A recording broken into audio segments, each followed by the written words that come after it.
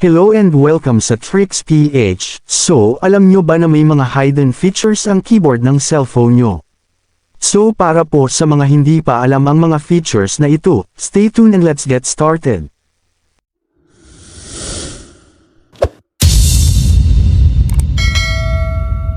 So, una dapat i-update muna ang inyong keyboard. So, para ma-update ito punta tayo sa Play Store at i-type ang Gboard.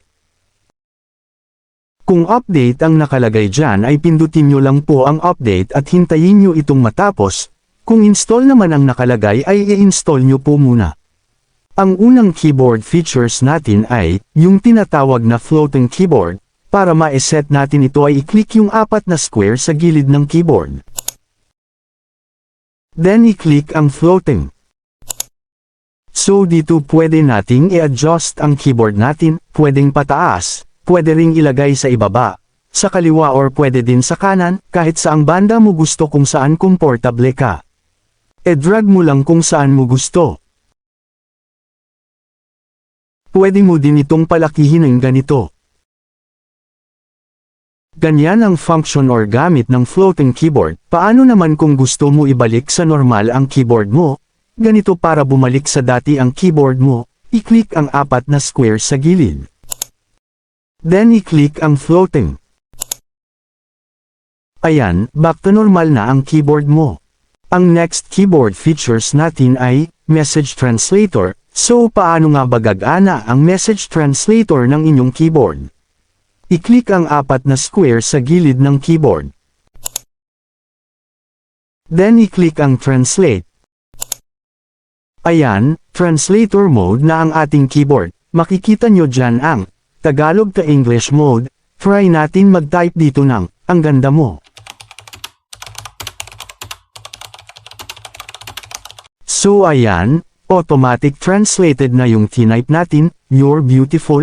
E-try naman natin reverse mode, from English to Tagalog. So para ma-reverse i-click natin itong reverse arrow sa gitna, then mag-type tayo ng English word.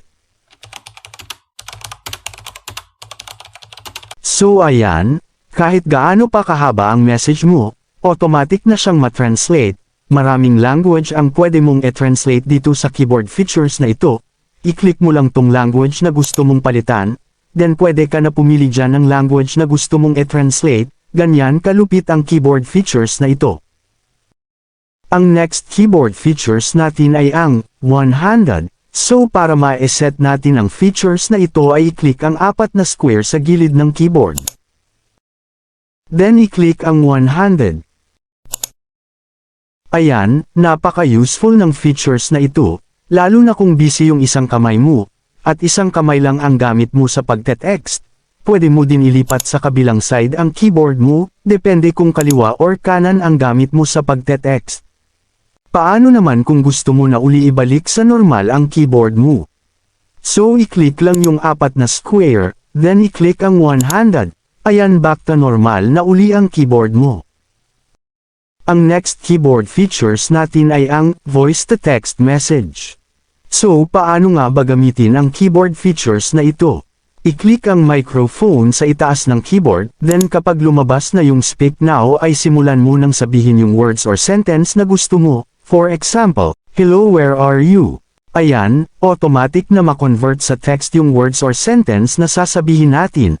Pwede rin magamit ang keyboard features na ito sa mga platform na may typing tasks. E-try natin sa message platform.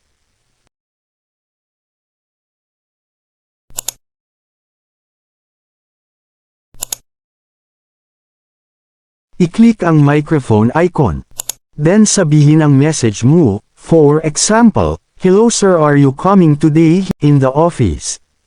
Ayan, automatic na ma-convert yung voice mo into text. Ganyan kaastig ang keyboard features na ito. So para po sa inyo, alin sa mga keyboard features ang pinakaastig? E-comment nyo lang po sa ibaba and salamat nga po pala sa mga nag-subscribe at nag-support sa aking munting channel. Sana nakatulong ang videong ito. Para po sa mga hindi pa nakasubscribe, please don't forget to like, share and subscribe po. Thank you for watching. God bless.